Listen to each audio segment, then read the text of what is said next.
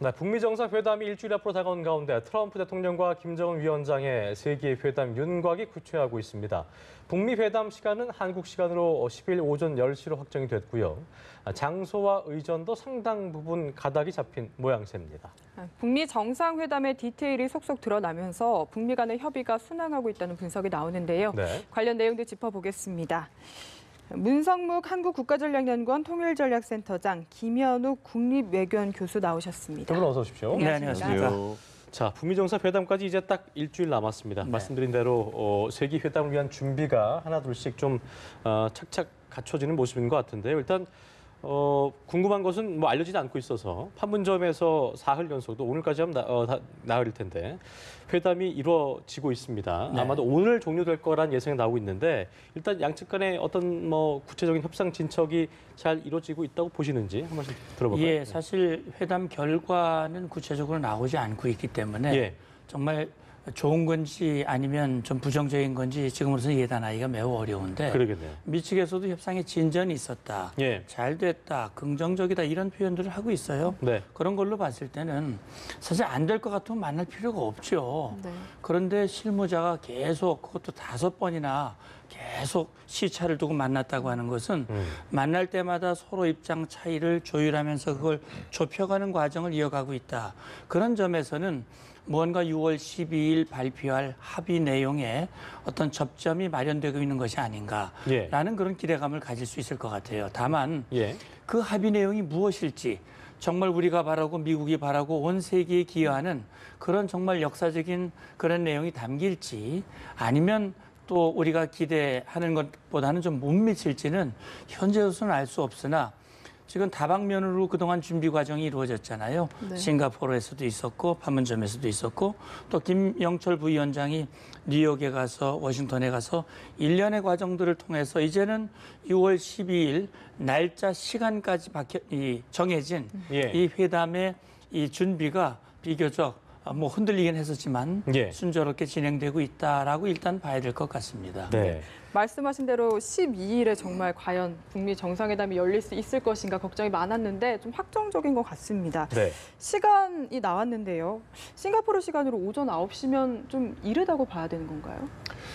예, 뭐 정상회담을 하는 시작하는 시간으로는 조금 이르기는 하죠. 근데 네.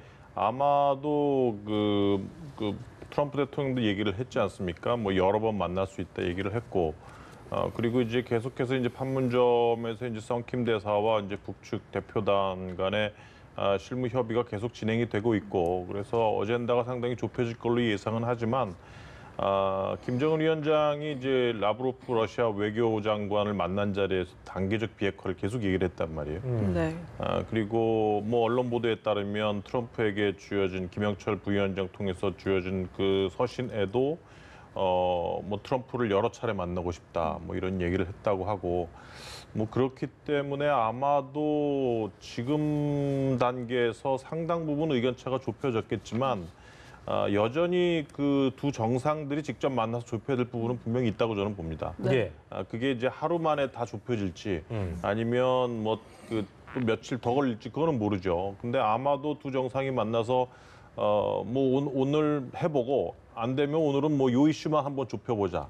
뭐 다른 이슈는 뭐 다른 날에 더 좁혀보자. 뭐 이런 식으로 해서 두 정상이 좁혀야 하는 그러한 이슈들이 뭐 많이 생길 경우에 아마 그런 걸 대비해서 이제 아침 일찍 시작을 한 게 아닌가 그런 생각도 듭니다. 일단 하루는 더 가지 않을까라는 생각이 드는데 궁금한 것은 이제 뭐 하루 더 한다고 쳐도 이틀을 있고 나서 그 추후에 또 뭐 일정 기간 뒤에 또 할 것인지 아니면 이때 아마 뭐 2, 3일 정도 쭉 할 것인지 이런 부분은 어떻게 좀 보고 계세요? 예, 두 가지 가능성이 다 열려 있죠. 그러니까 첫날 9시에 만나서 당일날 뭐 서로 입장이 조율이 되고 단판이 된다면 뭐 당일날 끝날 수도 있어요. 네. 그리고 지금 이제 얘기하고 있는 것은 북한의 체제안전보장 조치의 초기 단계, 첫 번째 조치인 종전선언이라고 하는 것이 이제 만약에 12일 날 북미 간의 합의가 잘 이루어져서 이를테면 미국이 원하는 비핵화, 북한이 원하는 체제 보장과 관련된 큰 틀의 합의가 잘 이루어지고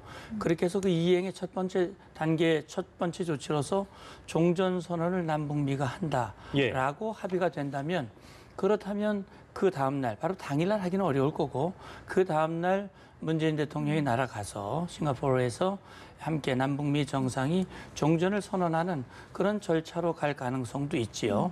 그게 이제 이틀 동안 하는 회담인데 실제 보면 싱가포르 당국에서 그 회담 장소로 지금 얘기되고 있는 그 샹그리라 호텔 그 특별 경비구역 지정을 14일까지 했다고 그래요.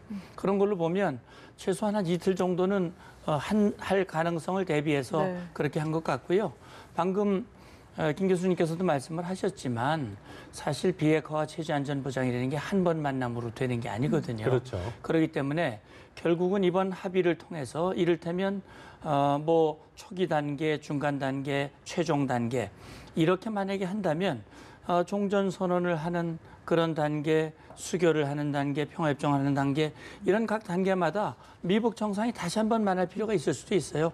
종전선언은 12일 날 될 수도 있고 아니면 북한이 뭔가 초기 조치를 취하면 거기에 상응하는 조치로 종전선언을 한다면 아마 7월 27일이 또 정전협정 체결 65주년이기 때문에 예. 그날을 기해서 종전선언을 하는 방안도 하나의 유력한 방안일 수도 있을 것 같습니다. 네. 앞으로 이것들은 12일 날 어떤 합의가 되느냐에 따라서 좀 달라질 수 있을 것 같습니다. 네. 알겠습니다. 지금 종전 선언 가능성 짚어주셨는데 예.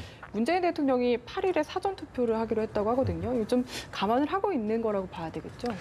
뭐 충분히 그런 가능성이 있다고 봐야 되겠죠. 지금 문재인 대통령께서는 이제 남북미 3자 종전 선언을 상당히 오랜 기간부터 얘기를 했어, 오래전부터. 그렇죠. 뭐 상당히 의미가 있는 선언이라고 저도 생각을 해요. 그러니까 뭐 일단 물론 법적 구속력은 없지만 지금 단계에서 북미 정상회담과 함께 종전 선언을 하게 된다면 이것은 그 북한이 어떤 비핵화의 어떤 이행을 시작하는 그러한 단계부터 이행이 계속 진행되는 그 기간까지 북한 입장에서는 먼저 핵 물질을 반출시키고 결국은 아무것도 못 받는 그러한 상태가 즉 안보 체제 안보의 어떤 공백기가 올 수 있다는 거죠.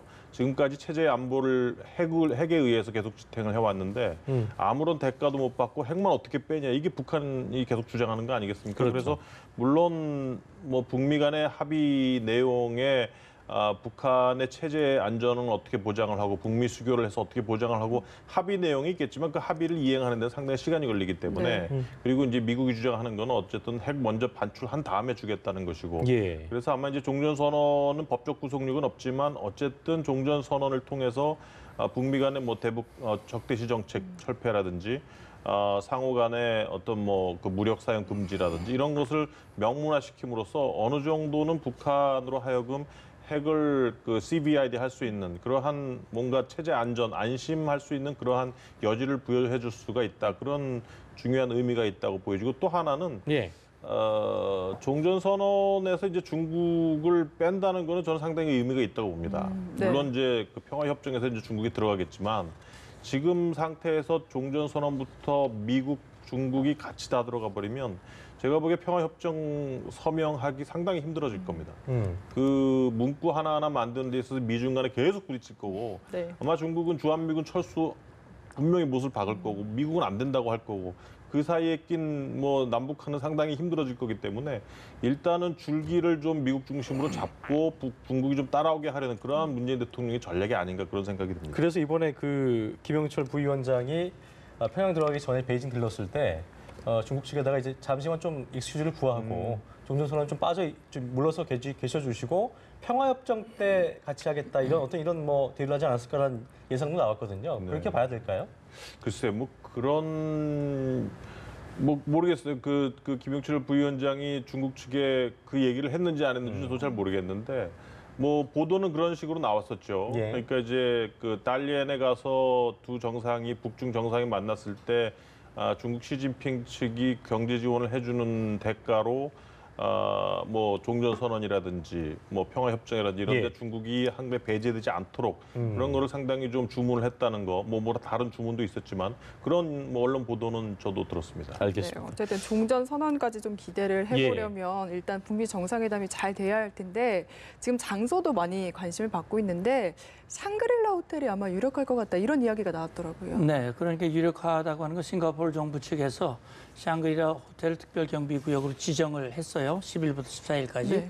그렇기 때문에 아마 그 장소가 유력한 걸로 지금 이제 드러나게 된 것이죠. 예. 샹그리라 호텔은 지금 아시아안보 회의가 그동안 연례적으로 쭉 이어왔던, 이번에 송영무 장관이 또 매티스 장관이 거기에 가서 연설을 했고 회담을 했고, 그래서 샹그리라 호텔은 잘 알려져 있는 상징성이 있고요. 또 역사성도 있습니다. 그러니까 중국과 타이완 간의 역사적인 정상회담이 열린 곳이 역시 샹그리라 호텔입니다. 그러니까 예. 그런 큰 이벤트를 치를 수 있는 그런 모든 장치랄까 시설이라든가 이런 모든 것들이 이미 돼 있고 경험이 축적이 네. 돼 있기 때문에 그런 점에서 아마 샹그리라 호텔이 지금 부각이 되고 있는 것 같고요. 예. 그러나 이게 지금 여러 가지 경호라든지 안전 문제가 거론되고 있기 때문에 그렇죠. 이걸 미리 그렇게 발표를 해서 거기로 확정 짓는 것인지 아니면 뭔가 다른 곳을 또 한편에서 수유를 준비하고 하고 있는 있는 것인지 것인지, 그런 것은 좀 우리가 지켜봐야 될 것 같습니다. 네. 그리고 센토사 섬 내에 있는 그 카펠라 호텔 같은 경우는 이제 경호 면에서, 그러니까 안보 면에서 좀 보안 면에서 좀 우수하다는 평을 받았는데 어떻게 좀 예상을 뭐 물론 일로 기울고 있습니다만 어떻게 보고 계세요, 글쎄 뭐 지금 나오는 보도에 따르면 지금 말씀하신 센토사 섬의 카펠라 호텔은 트럼프 대통령이 숙소로 사용할 것 같다는 그런 얘기가 나오고 있어요. 그래서 아마도 그 센토사 섬이 상당히 그 뭐랄까요, 그 바다에 둘러싸여 있기 때문에 예. 경호에 상당히 좋은 위치를 가지고 있고, 그래서 저는 오히려 김정은 위원장이 거기를 선호하지 않을까 생각을 했는데 트럼프 대통령이 먼저 선점을 해버린 것 같다는 생각도 드는데 글쎄 뭐 아마도 정상회담의 장소로 뭐 대통령궁도 그 뭐 회자되고 그랬었는데 예. 제가 보기에도 뭐 그 문 센터장님께서도 말씀을 하셨지만 상당히 역사 깊은 샹그릴라 호텔, 이미 상당히 중요한 회의를 여러 번 치러봤고, 그리고 중국과 그 대만 간의 어떤 정상회담도 있어봤고, 그랬기 때문에 아마 샹그릴라 호텔을 미국 측에서도 상당히 선호하지 않을까 그런 생각을 해봅니다. 예. 네. 의전 문제도 지금 계속 조율이 되고 있고 또 예. 대부분 마무리가 됐다고 하는데 사실 이게 제3국이잖아요. 당사국이 아니라. 그래서 호스트는 누가 할지 어떻게 입장을 할지 이런 부분도 참 궁금한 것 같습니다. 그렇죠. 예, 그러니까 지금 뭐 의전 분야, 지난번 우리 남북 정상회담을 할 때도 의전, 경호, 보도 뭐 여러 가지 관련해서 실무 협상들이 많이 이어졌었거든요.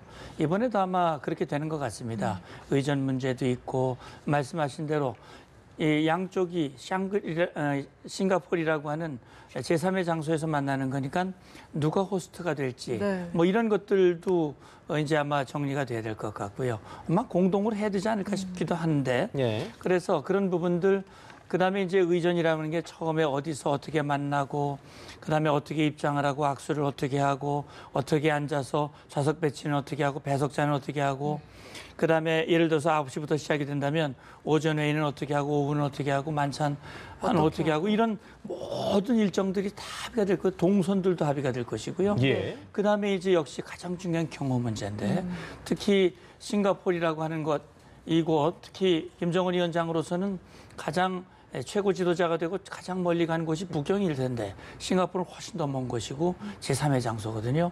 여기서 경호라든지 이런 것들을 어떻게 할 것인가 하는 부분들인데 이제 좀 우스갯소리입니다만 트럼프 대통령이 워낙 짓궂은 행동을 많이 하잖아요. 그래서 예. 뭐 막 그냥 악수도 세게 한다든지 잡아 당긴다든지 예. 이런 건데 그런 걸 아마 김창선 부장도 잘 알고 있고 북한에서 김정은은 신과 같은 존재인데 네. 트럼프 대통령이 만약에 막 그런 식으로 하면 이 좀 북한 막다르고 좀 주민들에게는 기분 나빠할까요? 굉장히 그러기 때문에 그런 거는 좀 안 했으면 좋으면 좋겠다라든지 네. 그런 요구를 혹시 하지 않았을까? 이건 그냥 우스갯소리로 드리는 말씀이지만 예. 그런 하나하나 모든 문제들을 그다음에 이제 언론 보도문을 어떻게 할 것인가 또 그 취재 문제 이런 것들 전반적으로 특히 이제 지난번 판문점에서 도보다리의 대화가 있었거든요. 그렇죠. 네. 그다음에 다리엔에서도 시진핑과 통역만 데리고 걸었던 일이 있어요. 혹시 트럼프 대통령도 그런 모습을 또 한번 염두에 두고 그런 것도 좀 협의해라 하는 지침이 있었는지 모르겠어요. 그러니까 전 세계 시청자들은 이제 북미 회담의 내용도 내용이지만 보여지는 것도 굉장히 중요하기 때문에 어떤 이벤트성 뭐 행동들이 있을까 이런 것들에 관심이 많을 텐데 그런 면에서 관전 포인트가 있다면 어떻게 좀 있다고 보고 계세요? 글쎄 뭐 지금 말씀을 하셨지만 거기 이제 상당히 좀 엠블럼 돼 있는 게 지금 마리나 베이 호텔 아닙니까? 예. 뭐 쌍용에서 죄송합니다. 우리나라 건설회사에서 지은 호텔인데 저도 거길 가봤는데 그 지금 도보다리 산책처럼 그 주위에 이렇게 돌아다닐 때가 마땅치가 않아요. 네. 상당히 관광객도 많고 그래서 저는 오히려 그 아까 그 회담장이 샹그릴라 호텔 정해진 거냐 그렇게 물어보셨기 때문에 드리는 말씀인데 오히려 저는 그 회담이 만약 한 번으로 끝나지 않는다면 굳이 샹그릴라 호텔에서 한 번만 계속하지 하겠느냐. 않는다. 예, 저는 말씀하신 도보다리 산책 같은 거는 오히려 센토사 섬 거기 위치한 지금 그 아까 어디죠? 카펠라 호텔. 예. 거기가 상당히 그 일반인들이 접근하지 못하는 그런 지역 그렇죠. 섬에 위치하고 있기 때문에 그래서 오히려 그런 지역에서 뭐 두 정상이 뭐 배회를 한다든지 산책을 한다든지 하면서 뭔가 좀 좋은 그림을 만들어낼 수 있지 않을까 그런 생각도 좀 해봅니다. 예. 만약에 그렇게 이동해 다니면 경호팀이 정말 더 힘들어지겠다는 그렇죠. 생각이 예. 드는데요. 그렇습니다. 또 뭐 사실 개인적으로는 햄버거 만찬이 있을까 이 부분도 궁금하고요. 두 정상 키가 20cm가 난다고 아, 하더라고요. 맞아요. 네. 이 부분도 참 고려가 많이 되는 것 같아요. 그렇죠. 우리 문재인 대통령하고는 키 차이가 많이 나질 않았는데 시진핑 주석하고 좀 키 차이가 났었고요. 트럼프 대통령이 이번에 김영철과 나란히 쓴 거 보니까 이게 뭐지 어깨 정도 밖에 나질 않아가지고 그렇게 되면 악수를 할 때 이렇게 내려다보고 쳐다봐야 되는데 보니까 김영철도 이렇게 쳐다보지는 않았더라고 악수할 때 보니까 앞을 그냥 봤으니까 그렇네요. 눈은 맞추지 않는 거죠. 네. 그렇죠. 아마도 그런 그림이 보여지지 않을까 하는 생각이 드는데 예. 아마 그런 하나하나 문제를 놓고 과연 어떻게 할 것인가. 그렇다면 악수를 정면으로 하지 않고 옆으로 이렇게 하는 방법도 있지요. 아, 네. 예, 그러니까 하나하나를 놓고 할 테고 그 그림이라는 게 사실 역사적으로 북미 정상이 만나는 건 처음이거든요. 예. 그렇기 때문에 여기에 대한 전 세계의 관심, 뭐 기자단이 얼마나 많은 인원이 모입니까? 전 세계가 아마 주목을 하고 있을 것이고 예. 그런 점에서 하나하나를 놓고 이제 신경을 쓸 텐데 가장 중요한 것은 그 모든 이벤트도 중요하지만 가장 중요한 것은 거기서 나오는 합의이다. 다시 말하면 북한 핵 문제를 이번에야말로 완전히 해결할 수 있는 그런 합의가 나오지 않는다면 아마 이번에 안 되면 또 한 번의 회담을 통해서 접점을 찾을 수도 있겠죠. 그렇죠. 트럼프의 입에서 처음으로 종전선언 아까 얘기도 해주셨습니다만 처음으로 언급을 했기 때문에 어떤 북미 간의 협상 과정에서 종전선언이 갖는 의미가 상당히 보이고 또 이거를 그냥 그 미국 내부에서도 그렇고 트럼프 주변의 식구들도 그렇고 이걸 협상 카드로 떡 내놓으면 안 된다. 협상 카드로 과정 중에 이용해야 된다는 뭐 이 목소리도 있어서 어떻게 좀 이걸 저희가 바라봐야 되는지 궁금합니다. 그 트럼프 대통령이 이제 김영철 부위원장하고 면담을 하고 친서를 받아들이고 나와서 한 얘기 중에 하나가 이제 종전선언 얘기였어요. 예. 그러니까 저는 분명히 이제 두 사람 간의 어떤 대화나 김정은의 친서 속에 뭔가 그 트럼프의 마음을 움직이는 메시지가 저는 있었다고 봐요. 뭐 아무런 뭐 양보나 어떤 제안은 없었고 만나고 싶다 뭐 이런 얘기만 나왔다고 보도가 되는 그러한 것도 봤는데 저는 그렇게 생각을 하지 않습니다. 뭔가 트럼프가 원하는 거를 분명히 여기에 넣었다. 그게 뭔지는 모르겠어요. 뭐 트럼프가 원하는 뭐 아주 일괄 비핵화, 신속한 비핵화든지 아니면 뭐 뭐든지는 모르겠지만 하여튼 그런 게 들어갔기 때문에 거기에 대한 반대급부로 뭐 만나겠다. 공식 그 정상회담을 공식 그 6월 10일 날 개최하겠다 공식 선언을 하고 그리고 여러 번 만나겠다 얘기를 하고 뭐 시간을 가지고 천천히 하라 이런 얘기까지 했단 말이에요. 네. 그리고 그 지금 말씀드린 그런 종전선언 얘기까지 하고 그래서 트럼프 대통령이 뭐 언론 기자들 앞에서는 뭐 안 읽었다고 했지만 저는 갑자기 그렇게 북한에 대해서의 유화적인 제스처와 메시지를 전달을 하는 트럼프가 과연 친서를 안 읽었을까? 저는 분명히 읽었다고 보고 거기에는 분명히 트럼프의 기분을 좋게 만들어준 그러한 김정은 위원장의 뭔가 어떤 중요한 메시지가 들어있지 않았을까. 그래서 종전선언 얘기까지 나왔다. 저는 이렇게 보고요. 예. 뭐 종전선언이 매우 중요하다는 얘기가 많이 왔었어요. 그러니까 북한 입장에서는 체제 안전 보장을 확실하게 해달라. 그래야 비핵화하겠다는 얘기를 많이 했기 때문에 그렇죠. 결국은 뭐 그러한 메시지에 대한 트럼프의 대북 어떤 뭐 그 회신, 네. 화답 뭐 이런 차원에서 종전선언 얘기가 나왔겠죠. 네.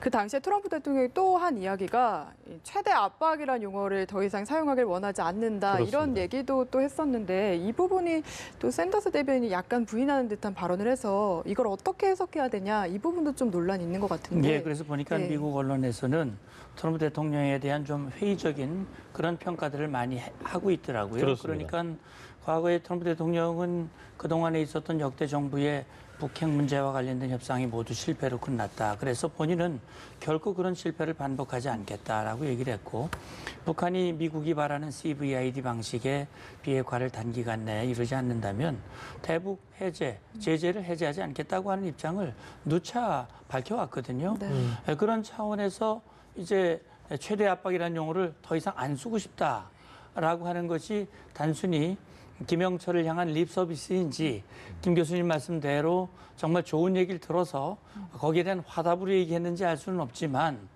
그래서 아마 미국 언론에서 회의적인 시각은 트럼프가 과거의 과오를 다시 반복하는 그런 협상을 하지 않겠느냐라고 하는 것인데 저는 그렇게 봅니다. 오늘 이제 다시 이 백악관 대변인이 분명히 얘기를 했어요. 북한의 완전한 비핵화가 이루어지기 전까지는 제재를 완화하는 일은 없을 것이다라고 예. 얘기를 했습니다. 북한이 그건 뭐 지난번에 매티스 장관도 얘기를 했죠. 검증 가능하고 되돌이킬 수 없는 그런 비핵화를 해야 제재가 해제될 수 있다라고 하는 입장을 확고히 했고요. 그래야 저는 비핵화가 달성될 수 있다고 봅니다. 네. 알겠습니다. 예. 네, 지금까지 문성묵 한국국가전략연구원 통일전략센터장 김현욱 국립외교원 교수와 함께했습니다. 두 분 오늘 잘 수고하셨습니다. 들었습니다. 감사합니다.